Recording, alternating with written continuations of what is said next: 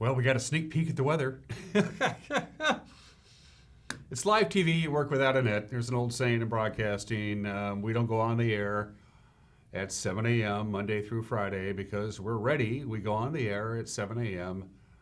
Monday through Friday because it's 7 a.m. and we're supposed to be on the air. It's good to see you.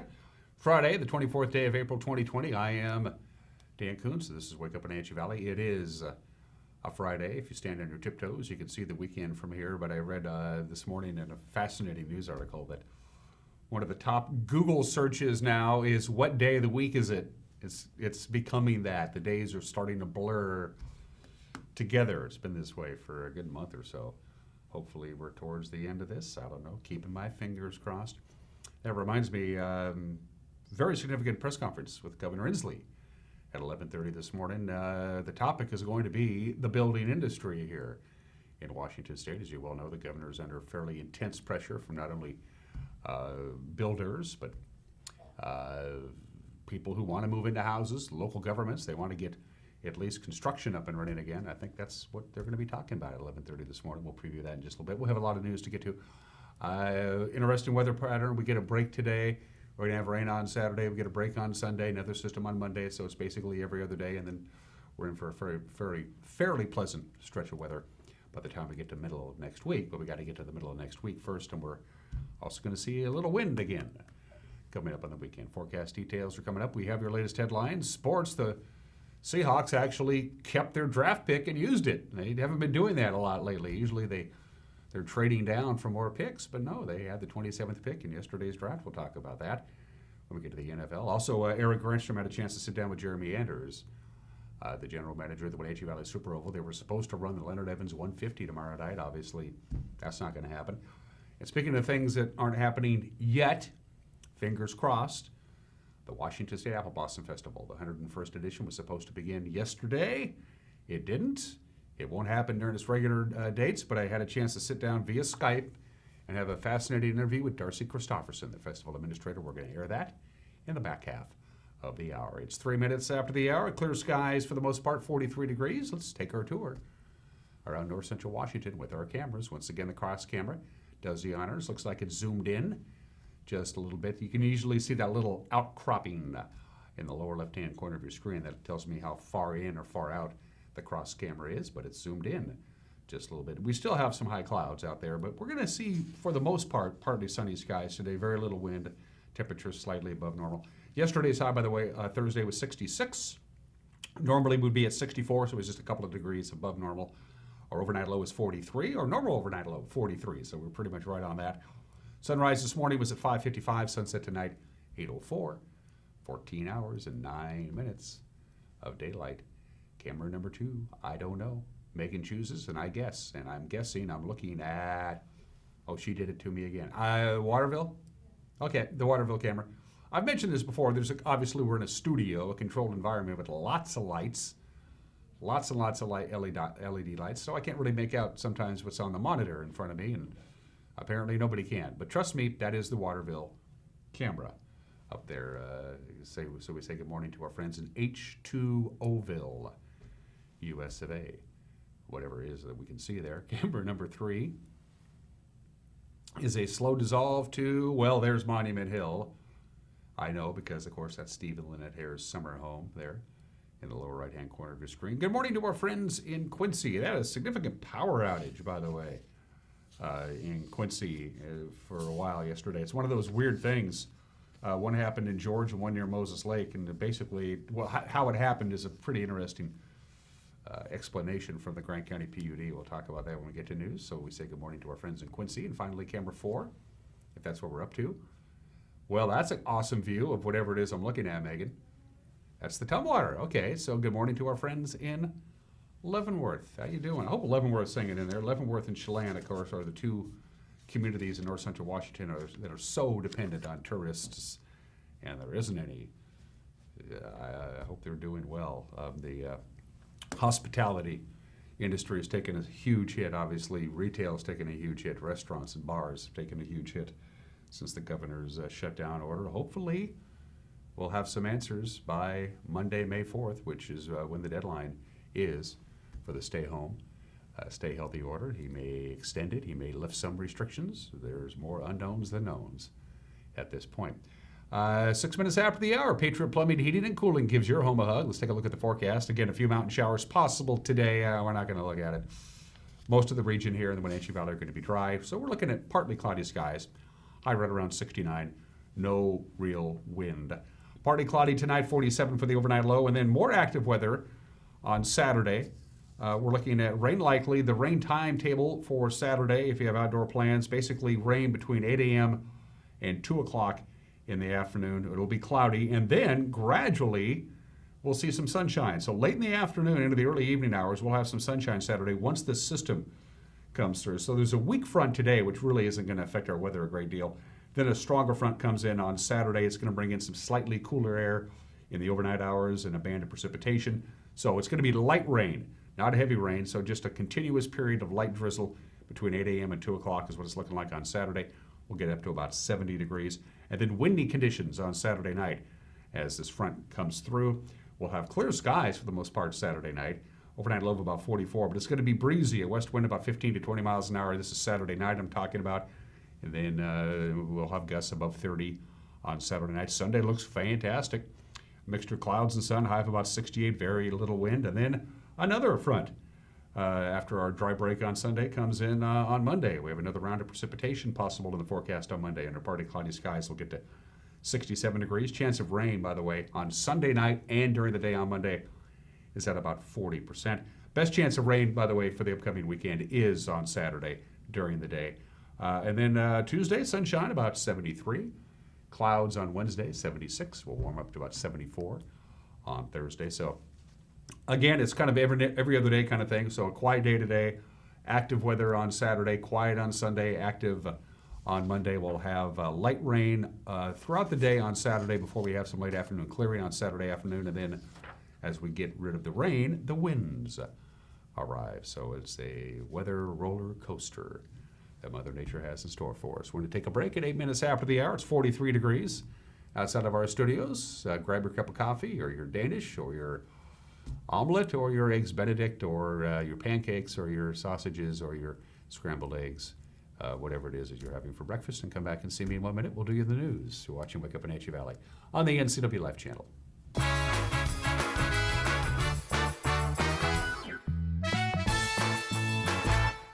My name is Lacey Haggerty, and I am a nurse midwife with Columbia Valley Community Health. I love all aspects of my job because it is a profession that's very committed to empowering women to make decisions in their health care that feel best for them. It's incredibly valuable to me as a midwife that I get to take care of women throughout their whole lifespan. I hope to see you at a future visit because I know you'll love having midwifery care.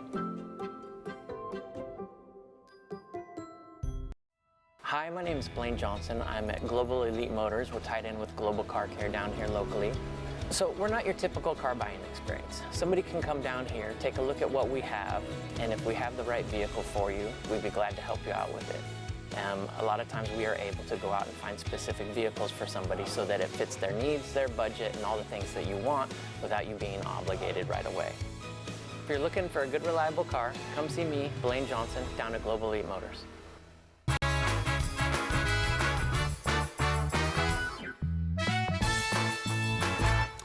Few high clouds, 43 degrees at 9 minutes after the hour. We'll have a mixture of clouds and sun in the upper 60s. Rain most of the day on Saturday with some late afternoon sun breaks. Windy Saturday night and a very pleasant Sunday coming our way. Let's take a look at what's making headlines. A motorcyclist killed last Saturday in a head-on collision, and Manson has been identified now. He's 48-year-old Trey Hovinga of Chelan. The accident still under investigation, but it appears Hovinga was traveling west on Highway 150 near Key Lane. That's when he crossed the center line and collided with a Jeep Liberty. Hovinga, the father of three, was a 1989 graduate of Rock Island High School in Rock Island, Illinois. Again, the accident is still under investigation. Okanagan County Sheriff Tony Hawley is the latest to advocate for easing the state's public health restrictions. In an open letter posted online yesterday, Hawley says in his jurisdiction it's easier for businesses and recreationists to practice social distancing, and he's asked Governor Jay Inslee's office to consider that. Holly's statement doesn't go as far as the sheriff of Snohomish County. The sheriff of Snohomish County thinks that Inslee's COVID-19 orders are unconstitutional. Okanagan County has so far had 16 cases of coronavirus diagnosed among the residents, none resulting in death. Two separate pole fires knocked out power to Grant County PUD customers on Wednesday night and again yesterday morning. First, a pole caught fire near George at about 7:25 p.m. on Wednesday. That caused outages for 82 customers. Power was restored for them just after 10 o'clock in the evening. Then at 12:39 early Thursday morning, another pole fire near Moses Lake left 933 customers without power. Power for 781 of those customers was restored at about 2:50 in the morning, the remainder at about 7 a.m. Christine Pratt is a spokesperson for the Grant County PUD. She says most pole fires happen when light to moderate rain falls after a dry spell. And then you have tilling by farmers. It kicks up dust. The dust settles on wood poles and their metal components. And when the dust gets wet, it becomes a conductor of electricity. Now, the Grant PUD is in the process of changing metallic components to polymer ones that do not conduct electricity, but it's going to take a long time because to change out all the power poles, there's a lot of power poles, thousands of them in Grant County, according again to Christine Pratt. Chelan County Sheriff's Chief of Patrol, Rick Johnson, is officially going to become the East Wenatchee Police Chief coming up on June 1st. The City Council unanimously approving Johnson's employment agreement.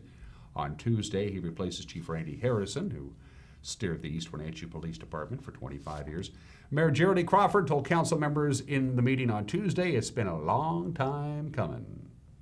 It's now official, and we get to move through this process. And of course, all of this is contingent on him passing the background and the polygraph and all that. But I see no concerns there, and hopefully everything goes smoothly. This was it was a long process, but I am so looking forward to what the future brings for the police department now. And this is it kind of like I just want to start now. Like, okay.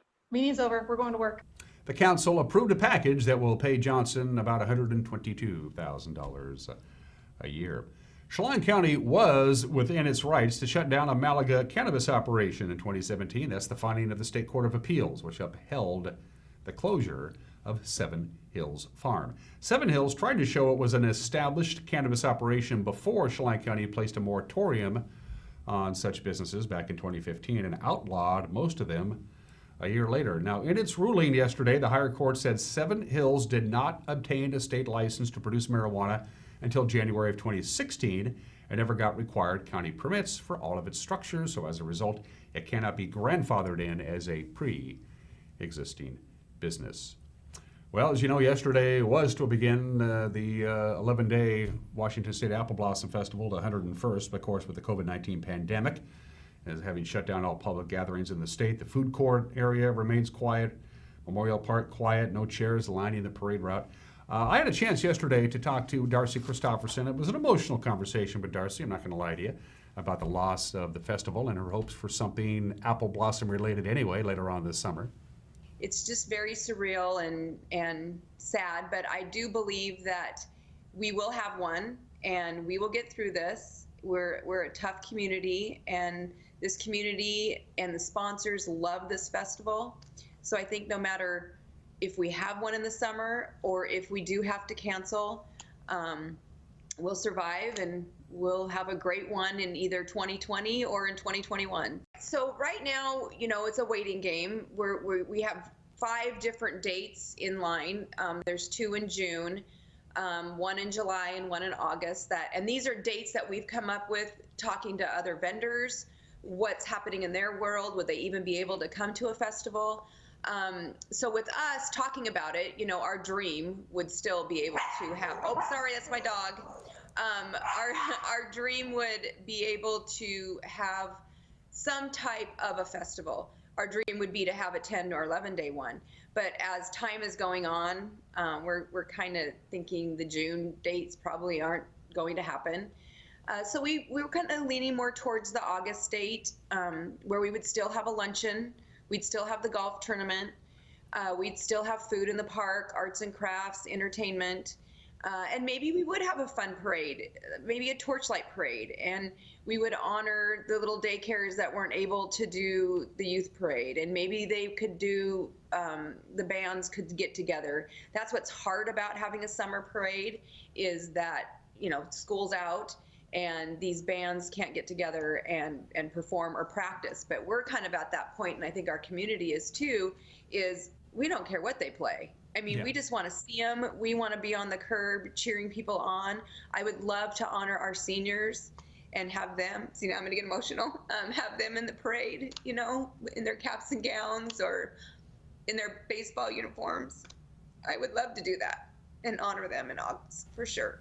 And my conversation with Darci will air in its entirety in the second half of this morning's Wake Up Wenatchee Valley. Heads up for you woodcutters out there. Woodcutting permits in the Okanagan-Wenatchee National Forest go on sale on Monday, but as is the case with most things these days, COVID-19 has made things a little different. The permits will be sold by phone instead of in person, and they don't go into effect until May 1st. And even then, the Forest Service is asking people to wait, if possible, before going out and cutting your wood to relieve the strain on rural communities. To buy a woodcutting permit, call your local ranger district office. And finally, this morning, you might think the business of reindeer would be restricted to winter time, but Erica Bowie, who's the manager of the Leavenworth Reindeer Farm, says spring and summer is calving season.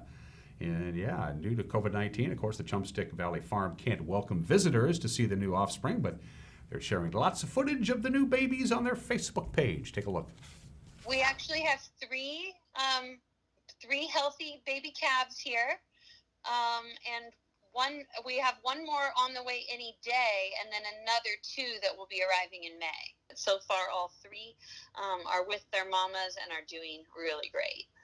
So the first calf to arrive was from Mama Vixen, and he is a very large bull calf. We named him Forrest because he started running immediately, and we just kept saying, "Run, Forrest, run," and it just made us laugh.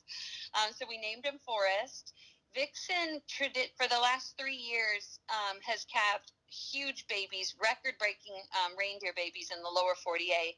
A typical calf is between 10 to 12 pounds. This year, her calf was over 19 pounds. So Snowflake was the second mama to give birth. We actually had 2 babies born in one day on Sunday. So Snowflake had a little heifer calf, a little beautiful baby girl, 11 pounds, 1 ounce. And we named her Blizzard, and we're going to call her Blizzy for short. The third mama to give birth later that day, just about 5 hours later, was Belle. And this is the third calf that Belle's had on the farm. She had a girl this year, a heifer calf, 11 pounds, 5 ounces. And we're still thinking about a name for that little girl. We've got a few good names in the running, but nothing is stuck yet. So we closed the farm down just about the same time the hotels closed down, due to coronavirus concerns and social distancing. We just wanted to be extra safe. So we are definitely looking forward to the day when we get to open back up and invite guests back onto the farm again. That's cool. Neat stuff indeed.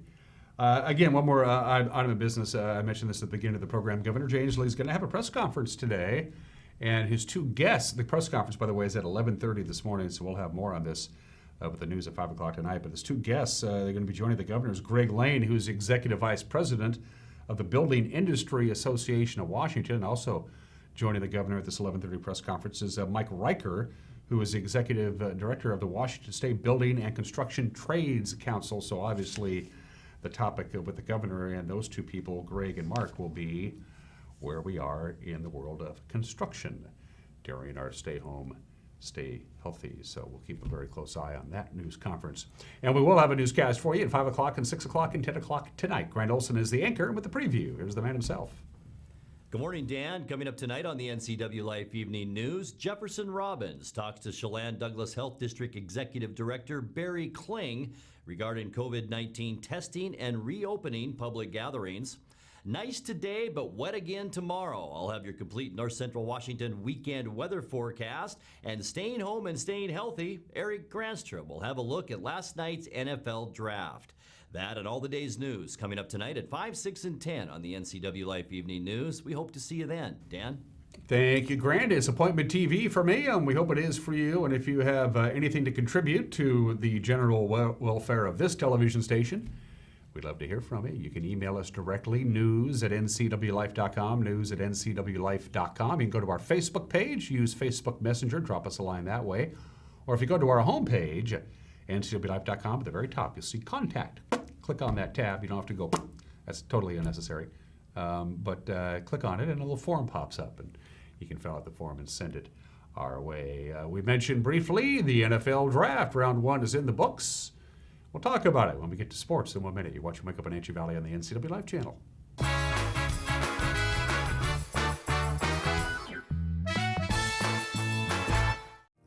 Hi, I'm Chelan County Sheriff Brian Burnett, and I urge all of you to stay home, stay healthy, and stay safe. Governor Inslee has asked all Washingtonians to stay home.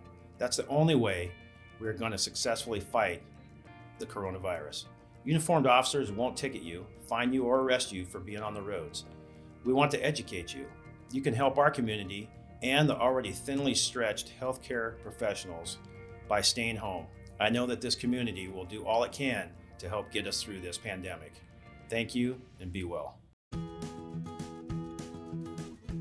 You don't have to be a member to enjoy the view and dine-in style at Highlander Bar and Grill in East Wenatchee. Open 7 days a week, Highlander Grill offers breakfast, lunch, and dinner.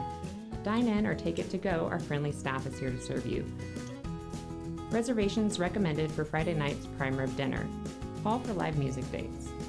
Hi, I'm Shalane, site coordinator for Highlander Grill. Give me a call to schedule your event today.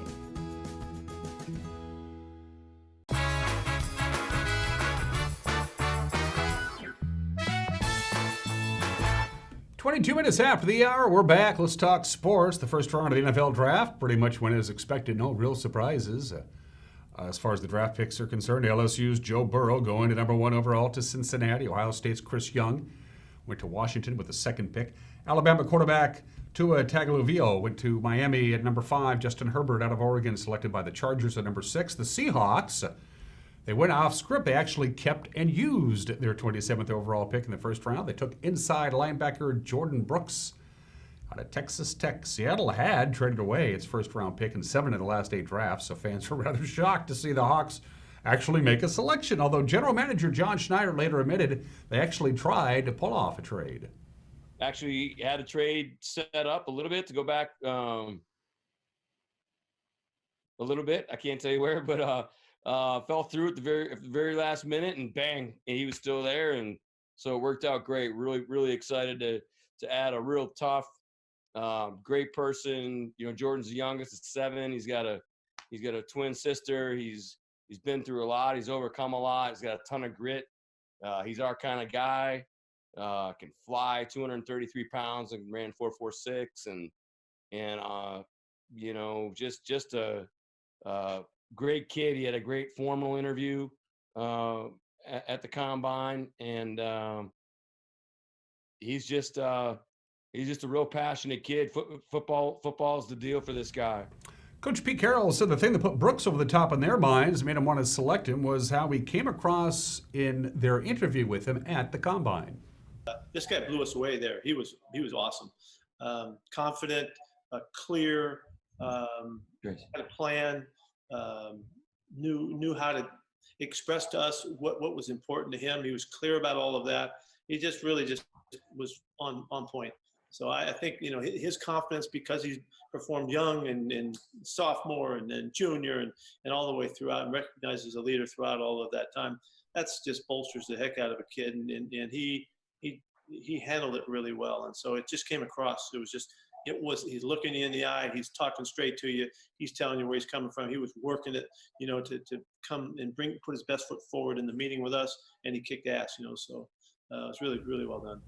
Brooks said he was surprised to be picked from the Seahawks. He said he hasn't even heard from the team since the NFL Combine, but he says he's happy to bring his style of play to Seattle.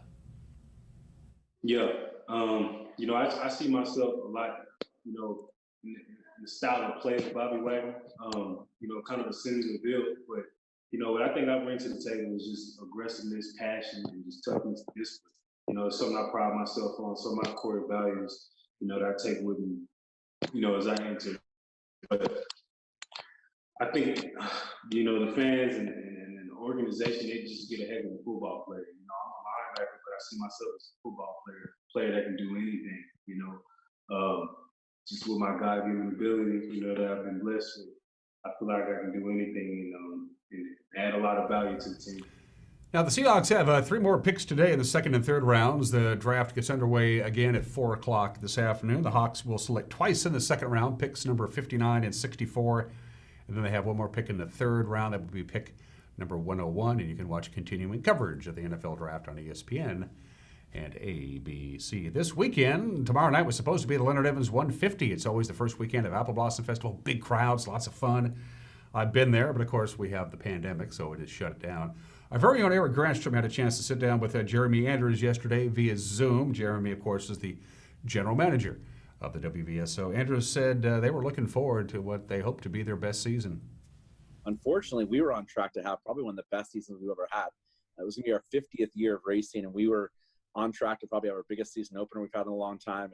And that's one of the things that hurt the most about this is, health and safety of everybody is really important like that. But, after we get past that point, knowing what our year could have been and start out with, that's probably what hurts the most, knowing that we were on track for such a great year at the track. But now it's just uncertain. We got like 6 different plans in place. Just called matters on which date we can open up on for that plan to go in effect. As you well know, a lot of sports are considering putting the events back on, having sporting events without fans in attendance, but Jeremy Andrews says that's not going to happen at the WVSO. To be honest, I don't think race without fans is possible for us. I think economically it's just with the cost of payouts, insurance, and stuff like that, it's just not feasible for us to do. But definitely test and tune sessions. We've been talking about that for a long time. It used to be Wednesday night test and tune sessions. So we've looked at revisiting the test and tune sessions on a Wednesday night or a Friday night here and there. Not doing it on Saturdays. It'd be no point of taking up the gun club area for that time there, but definitely a Wednesday and Friday test sessions are what we're looking at. And maybe 2 or 3 of those scheduled before we open the season. That's kind of our hope goal. Because I think the way that it's going to come down is going to have limited numbers and groups for so long. So if we can get up to that, 100-person target area, we can definitely, probably bring in 20 or 30 cars for a test session, limited pit crews and stuff like that. It's good to see Jeremy again. I miss you, big guy. By the way, Eric's entire conversation with Jeremy Andrews will air on Monday's edition of Wake Up Wenatchee Valley. Well, here's our weekend sports schedule on television, or as we like to say in the business, TV. The great games of our past begins tonight. We got Eastman and Wenatchee boys soccer from March of 2017. It's a barefoot walk through the carpets of the hallways of the memories of your mind. Sebastian Moraga and Matt Wiesen, the play-by-play, beginning at 7 o'clock. Tomorrow, too, we got Wenatchee and Eastmont baseball from May of 2017. Eric had the call there. At 7 on Saturday night, we got Wenatchee Valley Thunder taking on Monroe from May of 2017. And the state lacrosse playoffs, Eric was there. Rod Higley was there. You'll enjoy that. And then on Sunday, we got Eastmont and Wenatchee softball from last year at Walla Walla Point Park. Joel Norman with the call. We'll have that Sunday at 2 o'clock. And then at 7, Art Checker. Wonder how Arch is doing. Hey, buddy. Anyway, he'll bring us Wenatchee Wild hockey Sunday night. Coquitlam and the Wild, a February match from the town Toyota Center. And those are just some of the games that people are not playing on this Friday. It is 29 minutes after the hour. 2 possible obscure holidays to choose from today. One is National Hairball Awareness Day. There's an actual holiday called National Hairball Awareness Day. Not going there. No, it's National Pigs in a Blanket Day. Pigs in a blanket, which is essentially meat wrapped in pastry. It's super easy to make. The traditional breakfast pigs in a blanket would be sausages wrapped in a pancake. Most people associate pigs in a blanket with what you see there, the little hot dogs wrapped in whatever it is. Basically, it's beef filling wrapped in pastry, and if you do that much, you got yourself a pig in a blanket. Generally served as an appetizer, of course, for breakfast.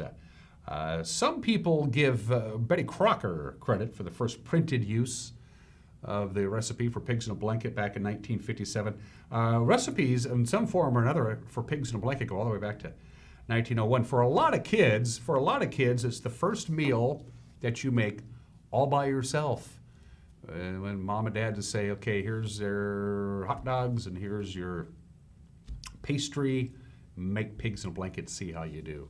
And it's pretty tasty too. National Pigs in a Blanket Day, always celebrated on April 24th because the internet told me so.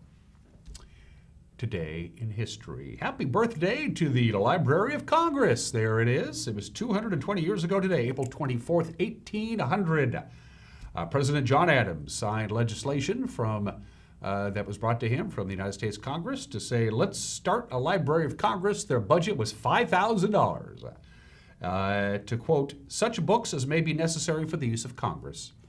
And it's still there. More than 38 million books are housed in the Library of Congress, 3.6 million recordings, 14 million photographs, 5.5 million maps, 8.1 million pieces of sheet music, 70 million transcripts, 122 million items that aren't really classified. You add it all up, there's about 164 million total items in the Library of Congress, and you can't check out any of them. Nope. Only members of the Library of Congress is open to the public. You can go in there. That's the big reading room right in the middle of the Library of Congress. It's open to the general public, but only high-ranking government officials and employees of the library may actually check the books out and take them out of the building, which is probably not a bad idea. I have a bad habit of forgetting to return books. Happy birthday to the Library of Congress. 1976, April 24th, 1976.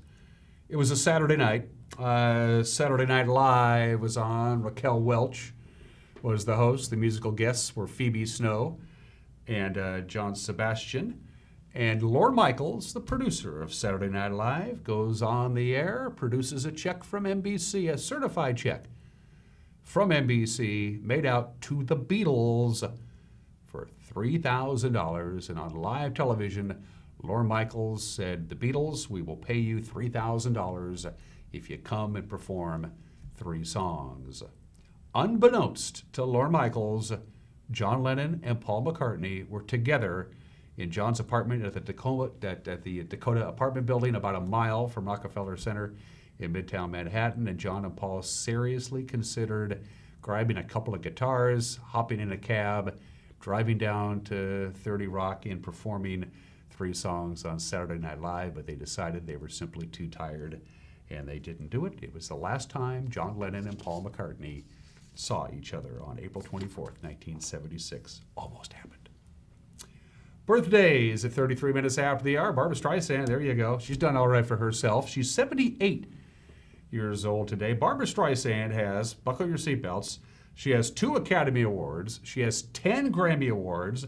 She has 5 Emmy Awards. She has a Tony Award, an American Film Institute Award, a Kennedy Center Award, 4 Peabody Awards, the Presidential Medal of Freedom, 9 Golden Globes, and she is the only recording artist to have a #1 album in 6 different decades. Barbra Streisand, 78 years old today. And speaking of somebody who's probably best known as singing more than anything else, Kelly Clarkson, who's also a songwriter and a producer and an actress. Of course, she was the very first winner ever of American Idol way back in 2002. Kelly Clarkson is 38 years old today. We are going to take a break. When we come back, everybody's entitled to Mike McNally's opinion, and then my conversation with Washington State Apple Blossom Festival Administrator Darci Christoferson. You're watching Wake Up Wenatchee Valley. We'll be right back.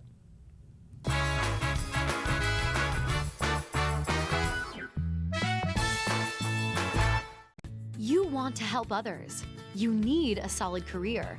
You can have both with help from Charter College. Our 10-month medical assistant program prepares you to work in healthcare settings like physician offices, rehab centers, and clinics. You'll learn to take vitals, assist with exams, administer injections, and maintain records. When you're ready to launch a rewarding healthcare career, stop by our campus at 595 Grant Road across from Safeway, or visit chartercollege.edu.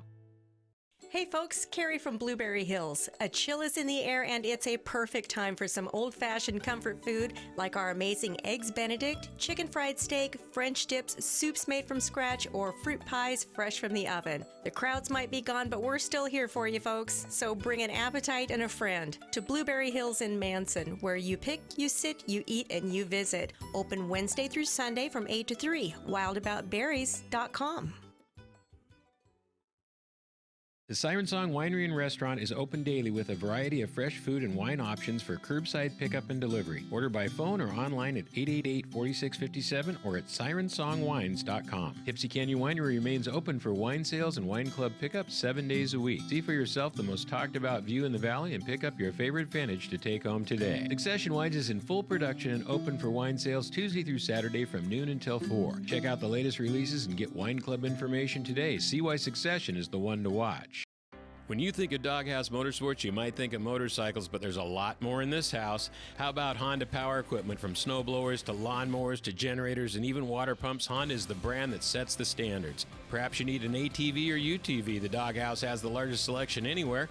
Did we mention watercraft and snowmobiles? And of course, we have motorcycles too. Back it up with terrific customer service and you have Wenatchee's best motorsports store 5 years running. Isn't it time for you to be in the Doghouse?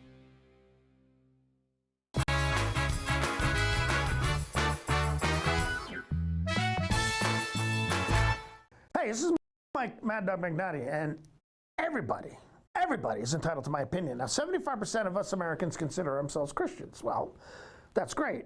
But our tendency as Americans, particularly those on the political right, we tend to mix our Christianity with our patriotism, and that's a big mistake. I mean, love of country is fine, but if my patriotism causes me to somehow justify something other than love your neighbor as yourself, as somehow concurrent with my faith, I've crossed the line. And that's true, particularly in this day and age.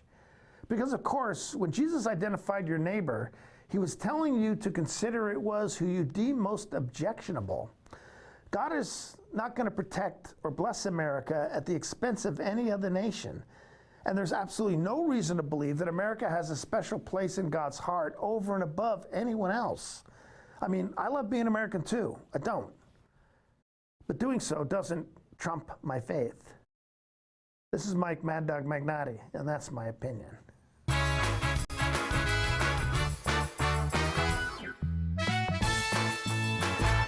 Time to enjoy your pool.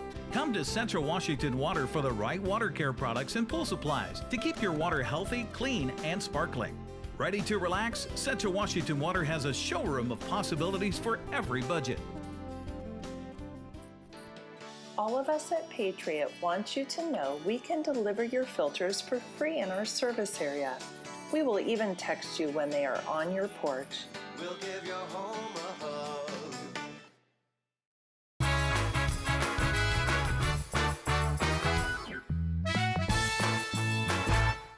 Welcome back to Wake Up Wenatchee Valley. I am Dan Kuntz. It is Thursday as we tape this, and normally, be it any other year, today would be the beginning of the 10-day party we like to call the Washington State Apple Blossom Festival, the 101st Washington State Apple Blossom Festival. Obviously, we're not down at the Gisa Entertainment stage. We're not doing Cheap for a Day on this Thursday. Everything is on hold as far as the Apple Blossom Festival is concerned. Darci Christoferson, no stranger to this program, is the festival administrator. Darci, first of all, thanks for joining me. I want to start right off by asking you personally, how are you doing? Because this is your baby. You've been doing this for 25 plus years. This has got to be, it's got to be tough. You would start that as the first question. It's weird. It's sad. Right now I would be finally doing the final touches for the park, be working with Weinstein Beverage, who does a lot of our banners for us. They'd be doing last minute banners, and I'd be working with the food vendors, making sure that they're ready to open at 11 o'clock. And at noon would be the start of Chief for a Day, which, is one of my favorite events for the kickoff of the festival. And, the beer garden would be opening up at 4 o'clock. And it's very surreal, it kind of reminds me, actually, I don't know if you remember, but in 1996, I was on bed rest, for the whole festival. Yep. And now that baby is going to be 21 on Grand Parade Day. Wow. And it kind of reminds me of that time, except we still had a festival. So we didn't have, what we have now where we can Zoom and do Skype. We did everything on the phone on bed rest. So it kind of reminds me of that, but we still had a festival, and right now we're not having one, and it's just very surreal and sad. But I do believe that we will have one, and we will get through this. We're a tough community, and this community and the sponsors love this festival. So I think no matter if we have one in the summer or if we do have to cancel, we'll survive, and we'll have a great one in either 2020 or in 2021. So that's just kind of where I'm at right now. It's just a lot of mixed emotions, but I also feel really grateful that I do live in this community and that people are so positive and so uplifting during this time too. So it's just kind of really a lot of mixed emotions right now, for sure. How's the, if I feel sorry for any one group or people, it would be the royal court. This is supposed to be one of those 10 days that they relive for the rest of their lives. They're tight friends. They're with their chaperones. How are they holding up? How's the royal court holding up in all of this? I've been Zooming them every Monday. Aaron and I have been Zooming them just to touch base with them, kind of see how they're feeling. You know, when they were chosen, literally the day that we had the shutdown was when we were taking pictures at Parsons. So we were with each other all day on that Thursday, taking pictures, you know, recognizing our sponsors. They were wearing all their outfits. I mean, that's the only time now that they've been able to wear every single one of their outfits. You know, it's just crazy. So we were together then, and then we never saw each other again. You know, so it's all been via video or texting. But you know, these are amazing girls, and again, very uplifting girls. They've created fun things to do. You know, Queen Tess is building a fence with her stepdad, and she's going on hikes with her brother. She actually said, you know, that this has been awesome for my brother and I, her younger brother, and that they've really kind of bonded through this. Kaya has been babysitting and hiking a lot, and Kelly, she's been running. So her and Aaron and I, Aaron, my assistant, we're doing this contest of see how many miles we can walk, that'd be me, or run a week. So we text each other every day and tell each other what we've been doing. So it's hard, but you know, they're just doing really well, and they feel good that they think, hopefully, that we'll be able to maybe attend a festival this summer. You know, Seafair has not canceled yet. Spokane moved their festival to the same day as Seafair. So that's something that we'd have to make a decision on, whether we take the little float to one and then the big float to another, and maybe figure that out.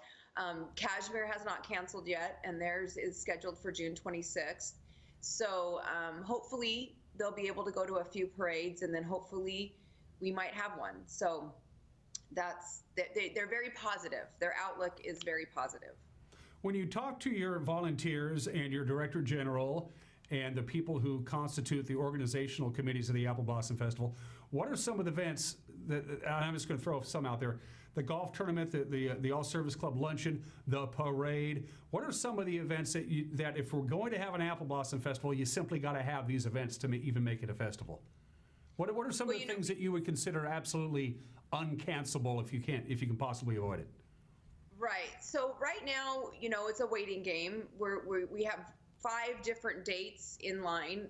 There's 2 in June, 1 in July, and 1 in August. And these are dates that we've come up with talking to other vendors, what's happening in their world, would they even be able to come to a festival? So with us talking about it, you know, our dream would still be able to have, oh, sorry, that's my dog. Our dream would be able to have some type of a festival. Our dream would be to have a 10 or 11-day one. But as time is going on, we're kind of thinking the June dates probably aren't going to happen. So we were kind of leaning more towards the August date, where we would still have a luncheon. We'd still have the golf tournament. We'd still have food in the park, arts and crafts, entertainment.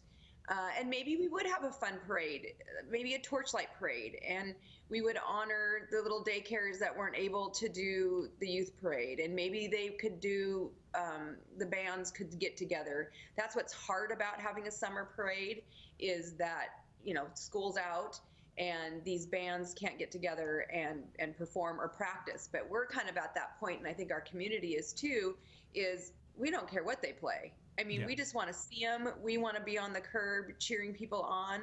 I would love to honor our seniors and have them, see, now I'm going to get emotional, have them in the parade, you know, in their caps and gowns or in their baseball uniforms. I would love to do that and honor them in August, for sure. I didn't mean to make you cry, Darci. I'm sorry. Sorry about that. Your sponsors have gone above and beyond, right? I mean, they're on board. Whatever happens is going to happen, but they're not going anywhere. I have not gotten one phone call saying I want to not sponsor and not be a part of this, whether we cancel or not. And that is amazing and such a blessing. I've gotten wonderful mentorships from sponsors. You know, I've worked with these people, the majority of them, you know, for 25 years. So I've talked to many of them to ask opinions, advice, you know, should we have a parade? Should we continue doing this? And most of them are like, yes, let's figure this out. But we also have to be aware of what's happening and not jump the gun. So, but I have not, whether you're a $50 sponsor or a $10,000 sponsor, not one has called and said I'm out, which is absolutely amazing and awesome. And it should be pointed out, if you go to appleblossom.org, you can still get your stuff. You can get the swag that Darci normally brings us. You can get your sweatshirts and your pins and all that stuff, right? Yeah, we have awesome clothing this year, and you can go online, order it online. It can be delivered to the office, and then we are there between 10 and 12 on Monday and Wednesday to run the bag out to you or leave it on the front step. And a lot of people have been doing that, which is great, you know, because we've ordered everything. You know, we have all of our booster pins. So if you want a booster pin, please order one because, you know, we have them. And that's what's been tough. It's been a good thing and a bad thing. It's like March, we have it, we ordered everything. So it's like, okay, we have all this stuff and we may not have a festival. But again, people have stepped up and said, I'll buy that pin, you know, I'll do that to support the festival. Because, you know, the dollars that we make for a festival, it's not only for that particular festival, it carries on so we can do a 2021 festival. I mean, the money that we make or generate for 2021, a lot of that goes to, the money that we make for 2020 goes to 2021. I mean, that's how we have created our festival, and that's why it's successful, is because we think of the next year, why we're doing the year. So, you know, people buying that booster pin is going to help us have a festival in 2021. Darci, you mentioned that you have a couple of dates in June out there, and then maybe July, and then maybe August. At what point, June is looking doubtful at this point, at what point through, as we go further and further into this year, and maybe things start returning to normal, but at what point do you have to say, we simply are going to have to just not do it because we're either going to run out of dates, or we're going to be conflicting with other festivals, or we won't be able to have food vendors, or the carnival can't come, that kind of stuff? Do you have any kind of date circle on your calendar where you're going to have to make a decision one way or the other where we're going to have one or not? What we're doing right now is hopefully, if the state is opened up on May 4th, our plan is to have a meeting on May 6th. So we will be meeting on May 6th, and then that is when we would love to make that decision. I talked to Lori, our Director General, Lori Reed, at least twice a week, and we just talked yesterday. And we believe that definitely, like you just said, the June dates are probably unrealistic, which would have been awesome dates for our food vendors. But we hopefully will have a decision on May 6th, whether these are our dates that we're going to have a festival or we're going to cancel. And again, it just all depends on what happens on May 4th or before May 4th. So it's just hard. The best case scenario is a full festival. That's, you know, that might be pie in the sky thinking. But like a 3-day festival, like a Friday, Saturday, Sunday with the parade on Saturday and a golf and all service club. That's still very much within the realm of possibility. Just a condensed festival, correct? Yeah, and that's where this August festival kind of comes in. You know, we would have like the All Service Club luncheon on a Tuesday, and then the golf tournament on a Wednesday, and then we would still have arts and crafts and some food vendors. You know, I don't know if we'll have all 21, but you know, again, some of the festivals that they were planning to go to have canceled, so they might be open to coming to our festival. And like I said, you know, maybe we'd have a torchlight parade. I mean, that would be kind of fun to have a torchlight parade. We've never done one, and we've talked about it before. We talked about it probably 10 years ago about what if we had a torchlight parade? It's always so hot or windy at 11 in the morning, but we're like, maybe we'll do that this year. You know, maybe we'll just change things up. We'll definitely have a beer garden. People love that. I know. So that's kind of our vision. It'll be nothing like, you know, right now, because that's what's so great about our festival is, you know, we are celebrating spring and we're celebrating the blossoms. And in August, maybe it'll be more like good luck at school, you know, going away to college and starting harvest, you know. So we believe that if we did it in September, Wenatchee's kind of just a different world in September. They're focused on their kids going back to school, activities with your kids, college has started. Our auction is in October. So it's kind of tough to think about what we would do in September. Those dates have not come up yet.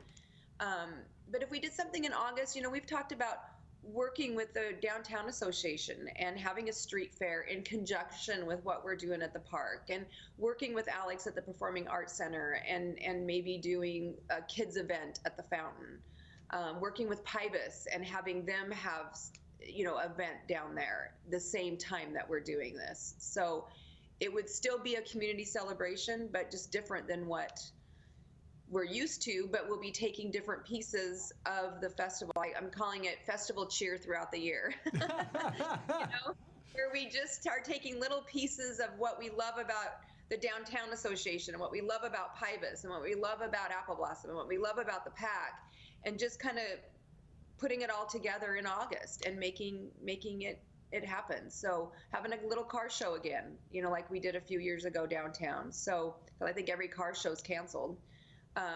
So, you know, maybe just doing little pieces of whatever and having a celebration. Because I really believe that our community wants us to do something, and wants not just the Apple Blossom Festival, but the Downtown Association, the Chamber, Pybus. They want us all to do something to celebrate something. Well, instead of having an Apple Blossom Festival in spring, we have an Apple Harvest Festival in September. Yep. You know. Yep. Or you can call it a Blossom and Brews Festival, or I mean, there's all different names. And you're right, we probably would just change it. We also said the Apple Blossom Festival limited edition.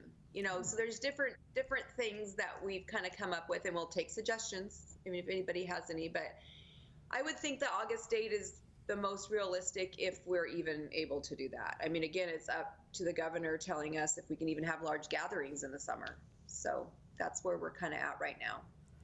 I, for one, am gonna miss the next 10 days. You know me, I love the Apple Blossom Festival. I grew up with it. My family's been involved with it. It's gonna be a tough 10, 11 days for me. I can't imagine what you're gonna go through. But Darci, I'm gonna let you have the final word to the viewers of this show and to the folks of North Central Washington. Give us a good old-fashioned Darci Christoferson Apple Blossom pep talk. I'm gonna turn it over to you. Well, what we're really encouraging people to do is to share their memories of Apple Blossom on our Facebook and Instagram, Snapchat, or on NCW Life's Facebook. Just celebrating your memories of Apple Blossom, because that's why we're so sad, and that's why it's hard, is because we all have amazing memories, whether it was cruising, whether it was being crowned queen, whether it was your first youth parade. We all have those memories that we've had for 50 years, and we want you to share those memories, and that will be a great way to just remember the festival. We do live in a very, very special place, and I know that we will get through this. It'll be different, but I do believe this community will rally and support the festival, the WDA, the PAC. They will rally, and we will come back better than ever. So we just really encourage people to share your memories and, you know, continue supporting this community. It's very uplifting when you do get text messages from people and phone calls and private messages just saying, you know, we got this. And it's pretty awesome. So I know we're going to be okay no matter what, whether we postpone, whether we cancel. We, the festival, are going to be okay, and our community is going to be okay. I agree. We have great leaders. I agree wholeheartedly, Darci, and I'd like to touch base with you again maybe in a couple of weeks after some things have passed and we're through that May 4th deadline, and maybe get an update from you if that's okay with you. Absolutely. Hopefully I can come in there and sit and see you. Yeah. Darci, it's always good to see you, Skype or no Skype. Bye-bye. Darci, say bye-bye. Danny, say bye-bye. You're watching Wake Up Wenatchee Valley. We'll be right back.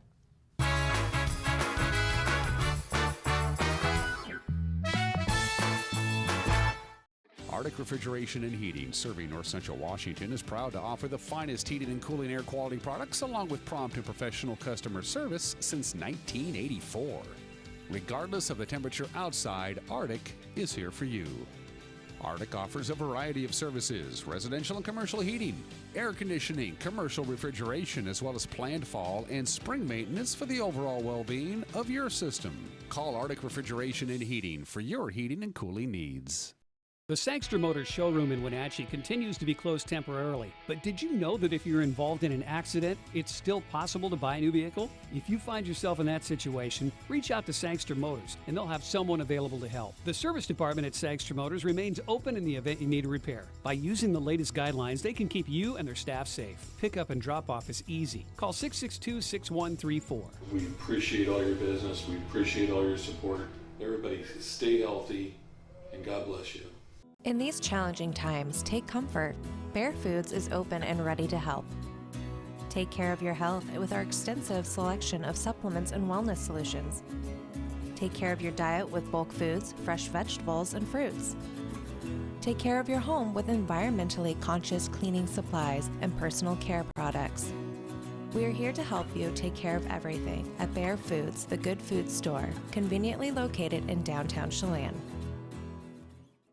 AC Checker has new owners who put customer service first.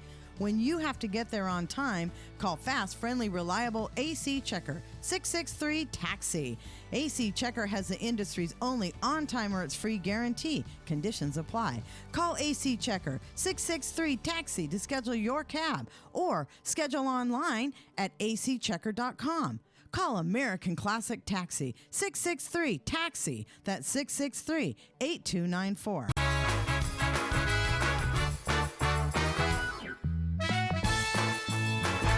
And we're back. We're still at 43 degrees. The thermometer hasn't moved at all here in the last hour. We're in for not a bad day today. As I mentioned at the start of the show, we have, it's kind of like on every other day, a weak front today, and then a stronger one, and then nothing, and then let's look at your details from the National Weather Service. What we're looking at weather-wise. Again, a few mountain showers possible today. We're going to be dry for pretty much the whole region here. We'll get up to about 69 degrees under partly cloudy skies. No real wind today. Tonight, a weak front begins to come in. No big deal. 47 for the overnight low.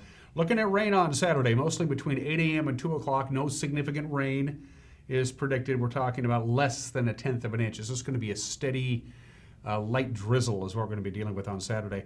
But starting about 2:30 or so, the clouds will be departing. We'll have some sunshine by Saturday afternoon and a high of about 70. And as this front disappears on Saturday night, the winds will be coming in. We're looking at pretty windy conditions on Saturday night. We'll get down to about 44 for the overnight low. But again, the story there is going to be breezy conditions, a west wind about 15 to 20 miles an hour on Saturday night. The occasional gust up near 30 at times for the Wenatchee Valley. Sunday, another break on Sunday with partly cloudy to partly sunny skies. We'll top off about 68 degrees, no wind on Sunday. Another system comes in Sunday night with a slight chance of rain, overnight low of about 48. And then on Monday, a 40% chance of rain under partly cloudy skies and a high of about 67. So basically, not bad today, rainy on Saturday, not bad Sunday, a little rainy on Monday, and it's down the road we go. Have a good and safe weekend, and we'll see you Monday. Take care and bye-bye.